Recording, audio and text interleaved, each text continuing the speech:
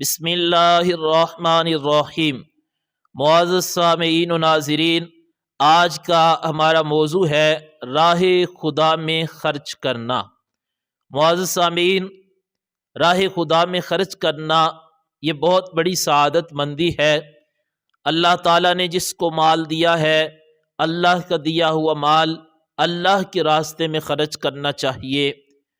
یہ یاد رکھیے کہ راہ خدا میں خرچ کرنے کے لیے یہ ضروری نہیں کہ بہت بڑا انسان مالدار ہوگا تو اللہ کے راستے میں دے سکے گا، بلکہ جس کو اللہ تعالیٰ نے جتنی توفیق عطا فرمائی ہے، کوئی بہت بڑا مالدار ہے تو وہ بھی اللہ کے راستے میں خرچ کرے، اور اگر کوئی غریب ہے تو وہ بھی اللہ کے راستے میں دے۔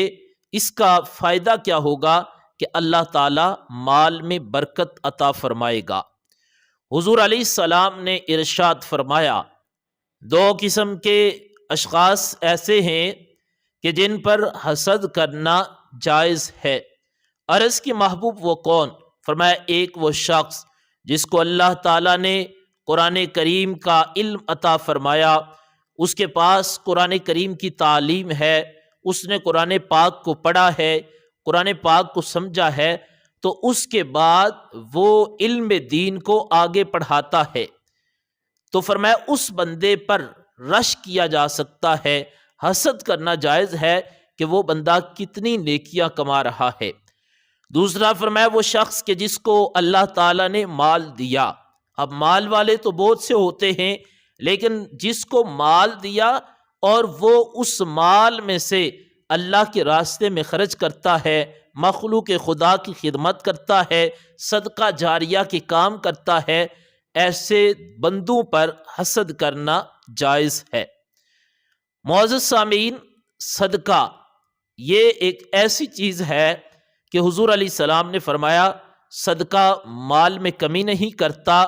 صدقہ جب بندہ دیتا ہے تو بندہ سوچتا ہے کہ شاید مال میں کمی ہو، فرمایا کہ صدقہ مال میں کمی نہیں کرتا، معاف کرنے سے اللہ عزت میں اضافہ فرماتا ہے، اور جو عاجزی اختیار کرتا ہے اللہ تعالیٰ اس کو بلندی عطا فرماتا ہے۔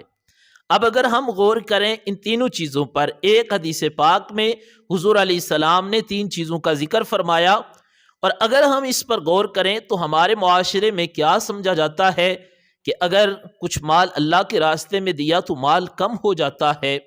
ہم سمجھتے ہیں اگر کسی کو معاف کیا تو ہماری عزت میں کمی آ جائے گی۔ ہم سمجھتے ہیں اگر میں نے عاجزی کا اظہار کیا تو لوگ کیا سمجھیں گے؟ تو اللہ کے رسول علیہ السلام نے فرمایا تم جو سوچتے ہو تمہاری سوچ غلط ہو سکتی ہے، لیکن حضور نے فرمایا صدقہ مال میں کمی نہیں کرتا بلکہ وہ تمہارے مال میں اضافے کا سبب بنتا ہے۔ اسی طرح اگر تم کسی کو معاف کر دیتے ہو تو فرمایا معاف کرنے سے کبھی بھی تمہاری عزت کم نہیں ہوگی، اللہ تعالیٰ عزت میں اضافہ فرما دیتا ہے۔ اور تیسری چیز حضور علیہ السلام نے یہ ارشاد فرمایا، فرمایا عاجزی اختیار کرو۔ اس کا کیا فائدہ ہوگا؟ فرمایا جو عاجزی اختیار کرتا ہے اللہ اس کو بلندی عطا فرماتا ہے۔ پھر حضور علیہ السلام نے فرمایا کہ صدقہ، اس کا کیا فائدہ ہے؟ حضور علیہ السلام ارشاد فرماتے ہیں، فرمایا صدقہ 70 بلاؤں کو ٹال دیتا ہے۔ بعض اوقات ہم معاشرے میں دیکھتے ہیں کچھ ایسے افراد ہوتے ہیں بہت بڑا ان کے ساتھ حادثہ ہو جاتا ہے لیکن وہ بچ جاتے ہیں۔ اس کے پیچھے کیا ہوتا ہے؟ وہ اکثر صدقہ و خیرات کرتے رہتے ہیں۔ کچھ ایسے افراد کہ جو بہت زیادہ بیمار ہو جاتے ہیں لیکن موت سے وہ بھی بچ جاتے ہیں، اس وقت اللہ ان کی عمر کو دراز کر دیتا ہے۔ اس کی وجہ یہ ہے وہ صدقہ کرتے ہیں، تو صدقہ کی وجہ سے اللہ تعالیٰ ان کی عمر کو دراز کر دیتا ہے۔ معزز سامعین و ناظرین، اس لیے یہ کوشش کریں کہ اللہ کے راستے میں دیتے رہا کریں۔ راہ خدا میں خرچ کرنے سے مال میں اضافہ ہوتا رہتا ہے، اللہ تعالیٰ راضی ہوتا ہے، بندے کا دل نرم ہوتا ہے، اور اللہ تعالیٰ بندے کے گناہوں کو معاف فرماتا ہے۔ اس میں یہ کوشش کریں کہ راہ خدا میں ایسے کام کر دیں، مخلوق خدا کی خدمت کریں، کوئی غریب ہے اس کی خدمت کر دیں، مساجد ہیں، مدارس ہیں، دیگر صدقہ جاریہ کے جو کام ہیں ایسے کام کر دیں کہ دنیا سے جانے کے بعد وہ کام آپ کی بخشش کا ذریعہ بن سکیں۔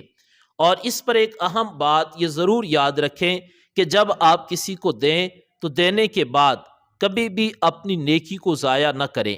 اکثر ہم سوچتے ہیں ایک بندہ وہ صدقہ دے دے کر صدقہ دیتا رہتا ہے، پھر ایک موقع آتا ہے اس نے وہ جتنا صدقہ دیا ہوتا ہے وہ ایسی بات کر دیتا ہے، اس سے دوسروں کو اتنی تکلیف دے دیتا ہے کہ وہ جتنا صدقہ کرتا رہا اتنی اس نے دوسروں کو تکلیف دی، جس سے اس کی نیکی ضائع ہو جاتی ہے۔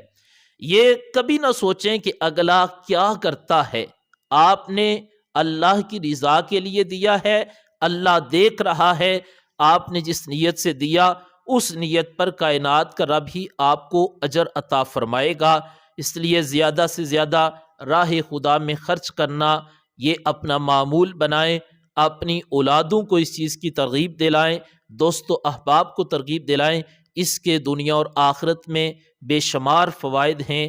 اللہ تعالی عمل کرنے کی توفیق عطا فرمائے۔ وما علینا الا البلاغ۔